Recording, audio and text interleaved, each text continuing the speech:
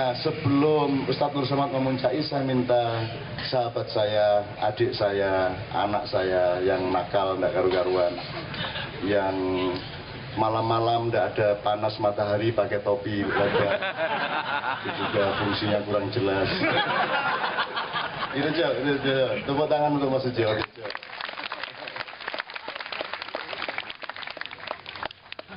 Monggo langsung.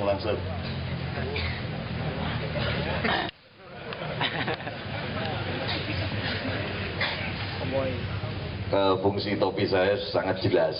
Kalau nggak jelas berarti Cak Nun agak melupakan bahwa perjalanan hidupnya juga gelap. Nek topian ini fungsinya, kalau ada di depan kita ada cewek nyusuin anak gitu ya, kita gini gitu. Ibunya nggak lihat, kita ngeliat susunya itu. Ada yang jelas. Ini gini nih, itu yang saya pernah ngalami waktu itu. Saya di Bandung sama anakku kan, aku tajak ada cewek nyusuin, lihat itu, tapi bapak bisa lihat, kamu nggak bisa. Jadi selalu ada fungsinya aja. Ada seorang wali kota di sebuah kota di Jawa Timur, ketoknya dulure Tejo. Jadi dia itu sangat cinta kepada anak-anak, tapi ternyata tujuannya adalah ibunya. Jadi dia bagi kaleng susu beribu-ribu, dia kumpulkan ribuan ibu-ibu di alun-alun pada suatu sore yang rindang gitu, terus kabeh nyusoni sambil dikasih susu. Terus bupati ini keliling nganggo topi ngene iki. Terus delok kabeh nyusoni warga, terus ngomong nang Cak, susu ku macem-macem.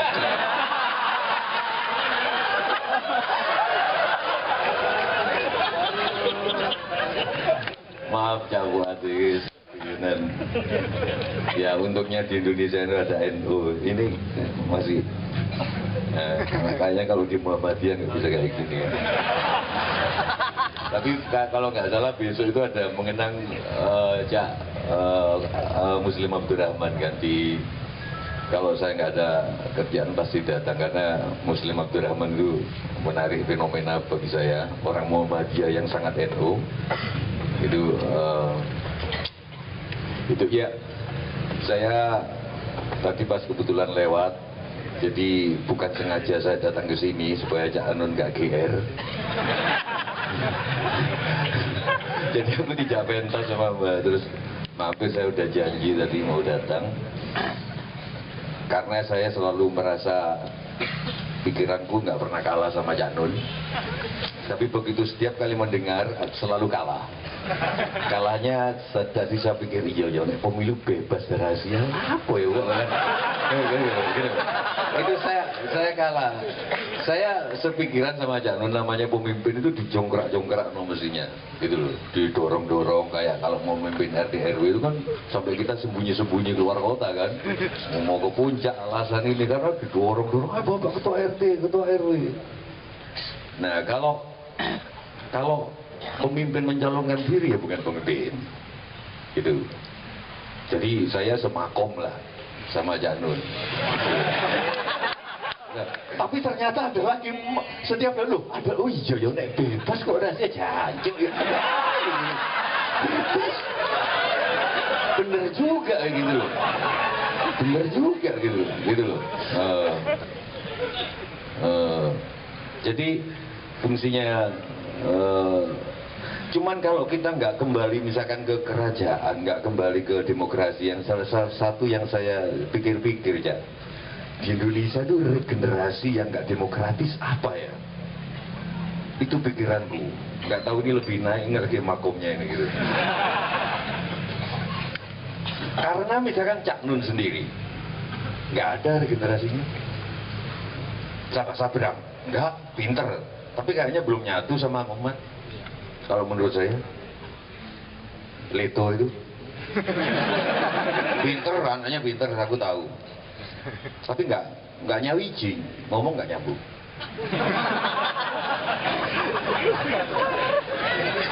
Sopo coba? HB9, sopo? Gus Dur, sopo? Ini serius aku tadi, serius. Saya nggak setuju demokrasi, karena saya nggak percaya pada benernya orang banyak. 1 tambah 1 itu mas harus ditanya benernya orang banyak. Ini berapa 1 tambah 1? Enggak. Bumi itu datar atau bulat nggak ditanya sebab sidang jamaah, enggak. Cuma 1-2 orang yang punya pikiran di situ. Menurut saya loh. Makanya saya sedang mencari apa bentuk apa, katanya kalau di Islam yang penting amanah. Atau mungkin kalau di dalam pikiran saya sistem kerajaan yang apa gitu. Tapi kalau kerajaan kok Cak Nun sendiri gak belum melihat keturunannya, kenapa? Padahal bendino kelonan karo Novi ya. Kelonan ya.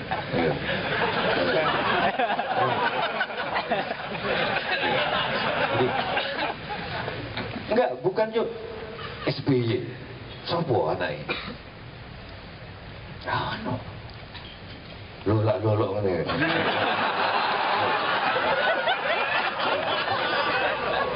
Enggak, ini serius. Kalau kita mau kembali ke berarti kan gen, masalah gen. Lihat keturunan orang-orang itu. Siapa anaknya Cak Nurholis? Bukan, mungkin saya salah aja buat dia. Tapi sopo kawono gitu. Artinya pemimpin apa harus dari metode pemilihan itu? Tolong nanti dikoreksi Janun. Karena saya sedang mentujukan kesembilanan saya ini.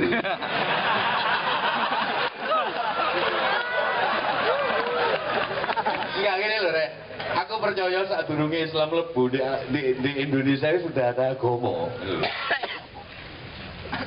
Jadi itu saya setuju, itu memang tembunge ketuhanan. Makanya Tuhan di dalam wong Jawa dhisik Gusti iku Sang Yang Tunggal. Sang Yang Tunggal dalam sisi jelek itu bernama Manik Moyo. Sang Yang Tunggal Tuhan dalam sisi baik itu Sang Yang Menang. Tapi tunggal. Makanya setiap saat untuk melakukan ibadahnya itu melakukan tutu juga.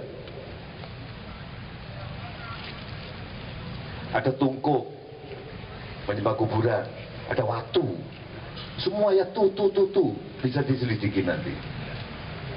Nah, wasiat yang bentuknya baik disebut tuah. Kalau jelek tulah. Semua pemimpin disebut ratu. Jadi pitu itu mungkin 7 kan kalau itu Indonesianya, tapi bahasa Jawanya kan pitu. Memang pitu. Ya, wasiat yang baik namanya pitungkas. Kalau dalam Jawa makum saya lebih tinggi dari Janun. Itu harus dicatat itu.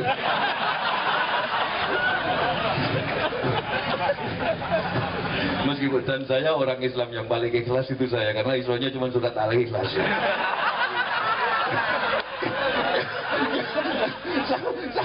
Ya, jadi itu, saya kira itu pengantar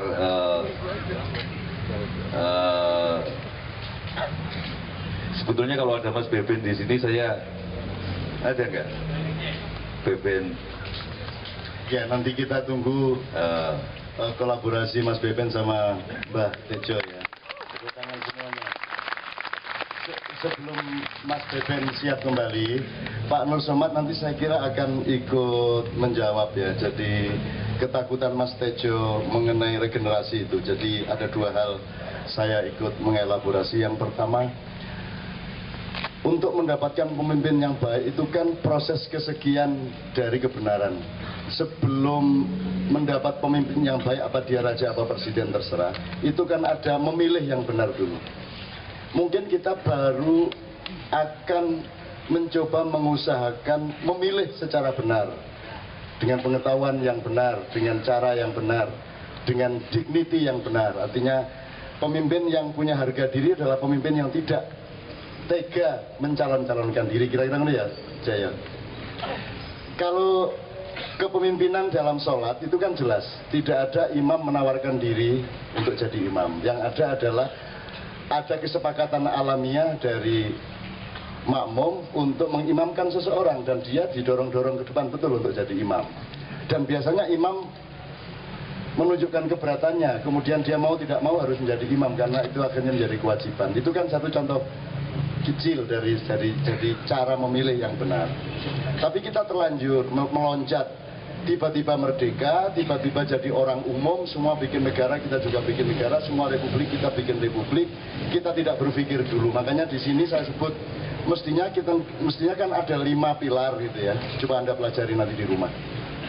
Yang saya maksud Indonesia itu kan macam-macam. Ada Indonesia yang apapun kenyataan Indonesia fisik ini, Anda harus punya Indonesia sendiri di dalam dirimu. Anda harus membangun Indonesiamu sendiri dengan terapan-terapan pribadimu, keluargamu, atau mungkin lingkungan masyarakatmu. Kamu menerapkan Indonesia. Ini buku sebenarnya, ini tulisan sebenarnya untuk memberi pengantar buku saya 30 tahun yang lalu, tahun 82, yang berjudul Indonesia Bagian dari Desa Saya. Itu akan diterbitkan kembali oleh Kompas. Jadi ini sebenarnya untuk pengantar aja. Buku saya rela. Judulnya Indonesia adalah bagian paling penting dari desa saya. Ya, betul. Indonesia bagian penting dari desa saya. Ya, bagian penting dari desa saya. Ya. Gila, Gus. Mori-mori tak bagus. Maksud saya, kita belum berubah kok, Jo. Mungkin lebih parah daripada 30 tahun yang lalu. Jadi buku itu relevan sekarang gitu loh. Nah, ini sebelum Anda bisa mewujudkan Indonesia nasional kolektif seperti yang ada dalam pikiran dan hati Anda, kan Anda boleh dong menerapkannya di dalam hidup Anda. Bahwa orang Indonesia, bahwa pemimpin harus jujur, ya Anda jujur. Bahwa Indonesia harus adil, Anda harus adil. Indonesia harus manajemennya benar, Anda manajemennya benar. Artinya Anda membangun Indonesiamu sendiri di dalam hidupmu kan bisa. Dan ini skalanya bermacam-macam. Ada Indonesia substansial, ada Indonesia teritorial, ada Indonesia filosofis, ada Indonesia macam-macam. Itu yang saya maksudkan. Nah, kita kan nggak bisa dong nunggu proses zaman yang begitu panjang dan ruwet. Kita harus membangun Indonesia kita sendiri, mendirikan Indonesia kita sendiri, karena kita tidak mengakui aslinya secara rasional bahwa ini Indonesia yang kita maksudkan. Ini Indonesia yang dulu dimaksudkan oleh para perintis kemerdekaan. Karena tergesa-gesa, kalau di sini misalnya saya sebut pilarnya kan ada 5, 1 rakyat. Rakyat punya anak 4, yang 1 tentara rakyat, yang kedua kaum intelektual, cendekiawan, pujangga, dan seterusnya. Nomor 3, apa betul ya? 1 rakyat, 2 tentara rakyat, 3 nomor 3 para cendekiawan, pujangga, pokoknya wong sing mikir-mikir gitu ya. Anak-anak sekolah dan seterusnya yang kemudian menyusun undang-undang yang segala macam itulah. Yang menjadi pelaksana, yang menjadi eksekutif. Terus nomor 4 dan 5 ini tidak pernah diperhatikan dan hanya selalu menjadi pelengkap penderita, yaitu kekuatan adat dan kebudayaan. Ini sangat dinamis dan kreatif sebenarnya, dan ini tidak pernah dianggap sebagai subjek utama dari nasionalisme kita. Nomor 4, agama dan kekuatan-kekuatan spiritual. Ini juga harus menjadi pilar yang tidak kalah pentingnya dari pilar-pilar yang lain. Anda tahu, zaman Orde Baru pemimpinnya adalah pilar kedua, sekarang pemimpinnya adalah pilar yang ketiga. Dan setiap ada pilar yang memimpin Indonesia, mereka selalu menomor 2, nomor 3 kan pilar-pilar yang lain. Nah, Indonesia yang kita bangun dalam maknya adalah Indonesia yang memiliki kesadaran komprehensif, di mana semua 5 pilar itu kita bangun benar-benar. Anda tahu di maknya ini intelektual ya, spiritual ya, ketentaraan ya. Bahkan kita berani tanding sama Kopassus untuk duduk seperti ini sampai jam 3. Dan saya mau kasih maknya gratis dan grup 2 di Kandang Menjangan Solo untuk maknyaan, tapi mereka paling pol jam 11. Tapi ini Kopassus ini ya lepas dari memang tidak punya kerjaan itu masalah kedua gitu. Tapi kan Anda kuat, teman-teman sekalian, saya dinasihati oleh beberapa orang, kalau mendidik anakmu nomor 1 adalah motoriknya.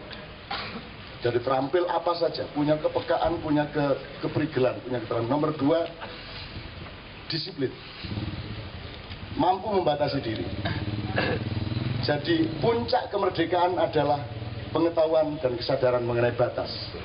Jadi jangan mendewakan kemerdekaan, karena kemerdekaan akan membunuh Anda. Kemerdekaan adalah untuk menentukan batasmu. Kamu merdeka lihat cewek beribu-ribu di Senayan City, tapi kamu harus ambil 1 untuk jadi istrimu. Dan itu radikal. Aja koyok Tejo. Wong. Aku kan kebiyen disiplin. Jariku dhewe ya saya. Itu lho Rek. Itu teman sekalian. Nah, menurut saya Mas Tejo, saya sangat setuju mengenai apa yang pernah ditemukan oleh bangsa kita, dan kita ini kan bikin negara tidak merupakan kontinuitas dari apa yang pernah kita punya. Kita loncat begitu saja. Karo Novia ya, tak kandani ya. Setiap hampir banyak perempuan di Jakarta begitu tak jak ngomong soal bagaimana Cak Nun, matanya berkaca-kaca. Yes, karena kok nggak bisa jadi istrinya kan?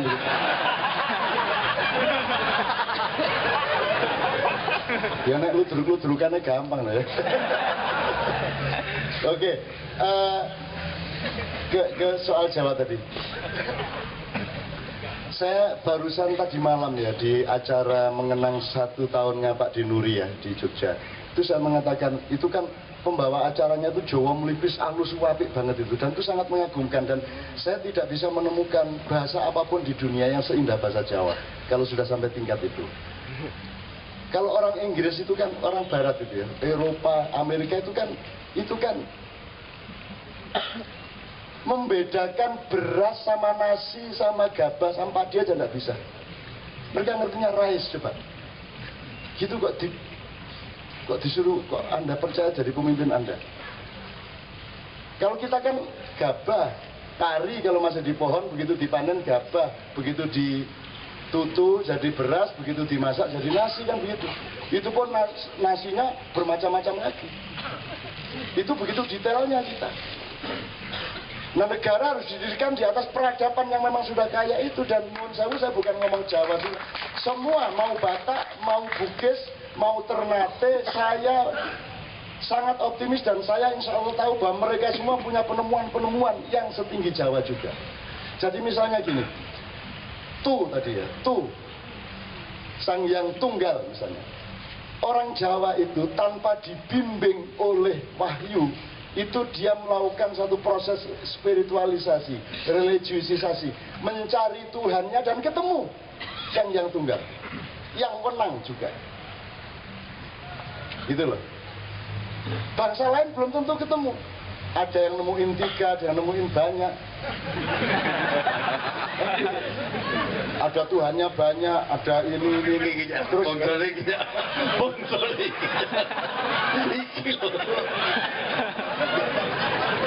Iki bongsole. Siapa nanti bisa menjelaskan bedanya Lata dan Uzza. Jadi Lata dan Uzza itu jamek loro, Jo. Satu jenis patung namanya Lata, satu kelompok yang lain namanya Uzza. Backgroundnya berbeda, tapi Lata tok itu beratus-ratus macam. Ya maksud iku lah, awakmu sing ngomong aja aku lah. Maksud saya yang ngomong langsung kan ya enggak baik lah. Begitu maksud saya. Contohnya sejak lagi, Cak. Jadi mungkin kalau bisa kita pahami gini Mas Tejo ya. Religiusitas sama religi. Kalau religiusitas itu upaya manusia untuk menemukan sumbernya sampai dia ketemu Tuhan. Terserah nyebut Tuhannya apa. Mau Yahweh, mau Yehova, mau Manito, mau Sang Hyang Tunggal, mau apapun terserah, itu tidak penting. Tapi untuk tahu apa Allah menyebut dirinya, itu harus Allah yang ngasih tahu kita. Itu masalahnya. Disitulah letak agama. Jadi kita bisa menemukan sampai hampir langit 7, tapi langit ke-7-nya itu tidak akan bisa kita ketahui kalau Allah sendiri tidak ngasih tahu kita. Nah, agama adalah sesuatu yang dari atas ke kita. Rasa agama yang dicapai oleh orang Jawa adalah sesuatu yang dari bawah untuk mencapai yang teratas. Kan gitu. Itu bedanya religi sama religiusitas. Ini semua saya omong karena dia mengatakan terus anaknya sopo, anak SBY, anaknya Cak Nun sopo. Loh enggak. Keraton Mandar, Keraton Ternate, keraton banyak sekali di Sunda juga. Mereka sudah memberi contoh demokrasi di mana raja berikutnya tidak harus anak raja yang sekarang. Makanya ada dewan kerajaan, ada dewan keraton yang memilih siapa saja. berdasarkan aspirasi rakyatnya. Nah kita sekarang karena demokrasi katanya mau liberal, ya setiap orang kirim ke KPU, kilo calon presidenku, kilo calon gubernurku, kan begitu. Database saya jelas, kode saya sekian, tercatat semua, nggak bisa double, kan gitu. Bisa kok. Mungkin kita masih salah memilih gubernur, mungkin kita masih salah memilih presiden, tapi minimum sudah benar caranya memilih, kan gitu. Mungkin belum masuk surga, tapi lagi sembahyang temenan, gitu loh. Mungkin belum setia benar, tapi kan sudah berusaha untuk setia. Asu ya.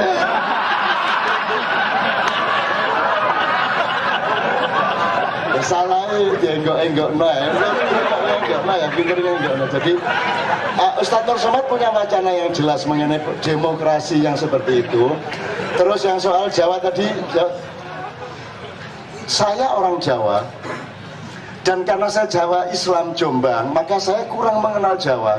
Itulah yang kan saya sangat dekat sama dia karena dia dalang. Saya sangat butuh dalang dalam hidup saya. Saya kenal Pak Denuri karena dia mengajari saya nonton wayang. Nah, ini sengaja menurunkan kalau ini. Tak kasih tahu, jangan bilang-bilang ya. Ini jangan bilang-bilang. Kalau ada pers, ini mohon maaf, ini tertutup. Ini untuk guyonan. Cak Nun tuh sering bilang, jangan-jangan Nabi Muhammad itu orang Jawa. Jangan-jangan, kenapa kalau orang Arab kok rambutnya ikal? Mana ada orang Arab waktu itu ikal? Ini Cak Nun, tapi jangan bilang-bilang. Kenapa kalau dia berjalan kok selalu tunduk ibarat orang turun dari lereng gunung? Nggak ada orang Arab kayak gitu. Mbok mati juga kan kata orang Madura itu, kalau orang Arab kan gini kan. Ya. Banyak hal, tapi ini guyonan spiritual. Kenapa kok nggak boleh digambar? Kenapa kok diputus dari babnya, garisnya dan lain sebagainya, seolah-olah digelapkan? Dan yang terakhir, kalau orang Arab, mana ada orang Arab itu bertapa? Nggak tahu kalau Anies. Ini guyonan, tapi ini antara kita. Itu aja. Iki Jokon tak kandani aja ya. Tapi gak usah kok gaya bahannya aja aja. Dia jauh-jauh imigrasi dari Yaman ke Padi. Itu tujuannya adalah untuk tirakat di kuburan. Jadi dia 6,5 tahun tiap malam tidur di kuburan. Ini Mas Anies ini, Piro. Orang 6,5 tahun toh. 6,5 tahun dan saya dipesen sama teman saya, Nun, nek Anies wis dadi wali kondo aku ya.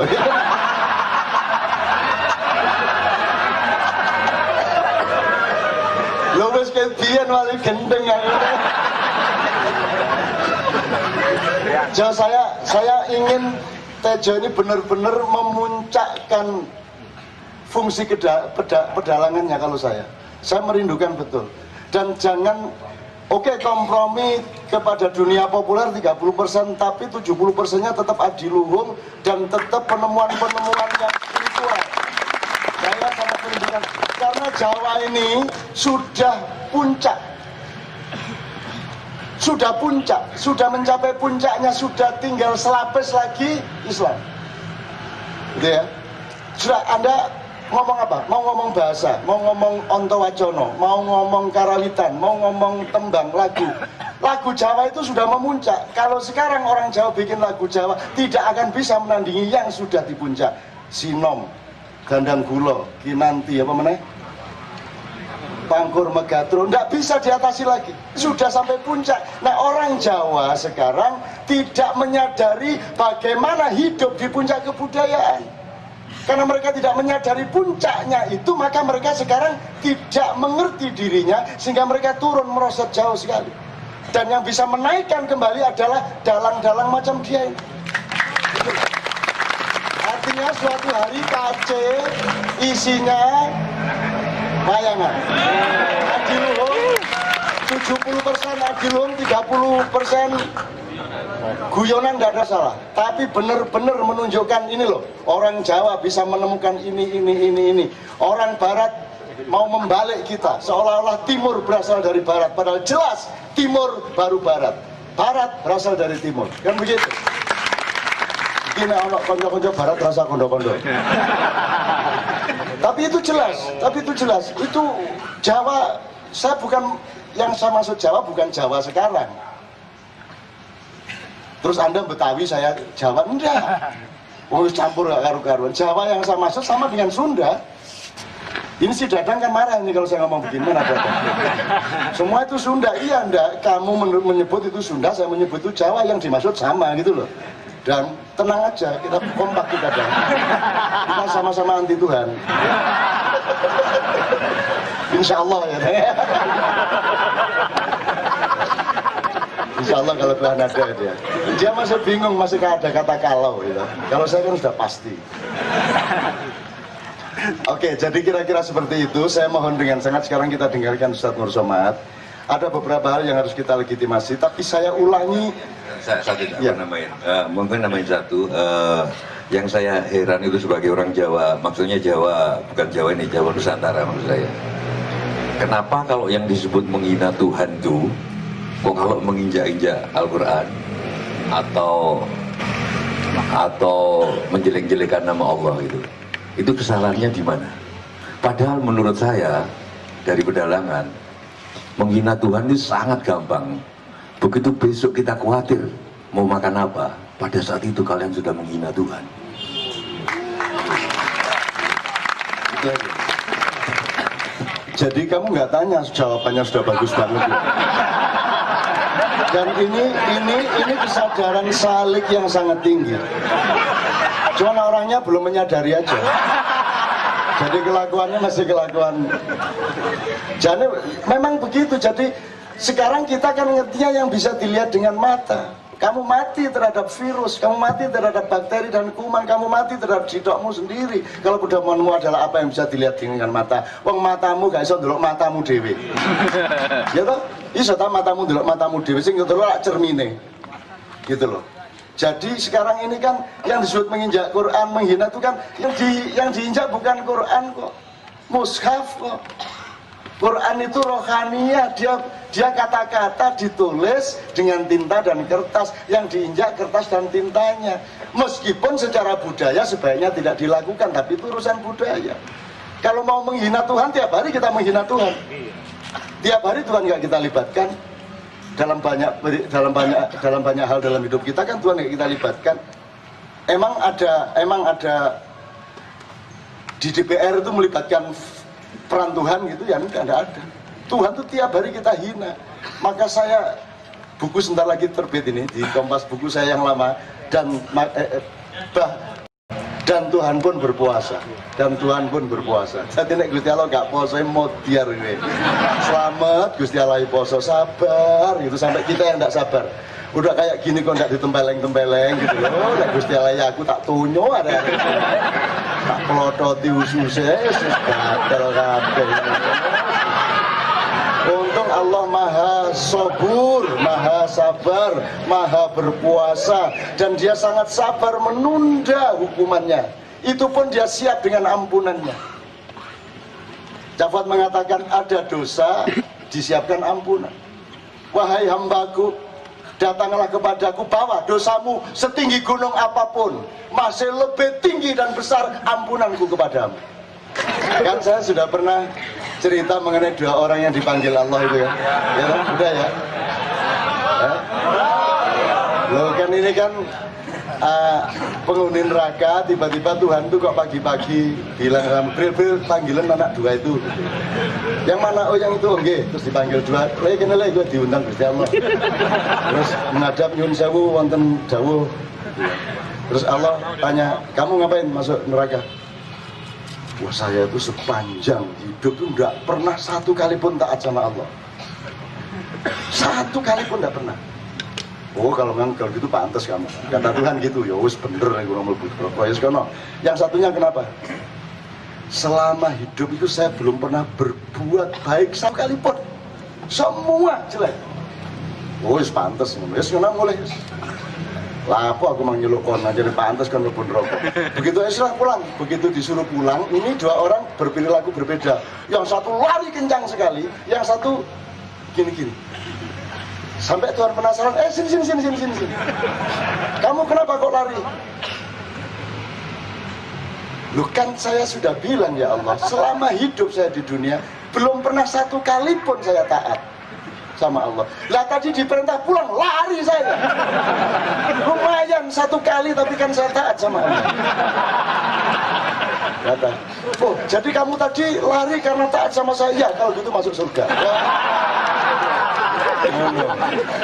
Kamu ngapain kok kelenyat-kelenyit noleh-noleh? Loh saya itu kan husnudzon sama Allah. Saya disuruh pulang itu maksudnya kemana? Ke surga apa ke neraka? Terus saya berpikir, masa Tuhan nyuruh saya ke neraka? Pasti ke surga. Tapi saya ragu-ragu juga, maka saya toleh-toleh. Oh jadi kamu berbaik sangka sama aku? Iya, udah masuk surga.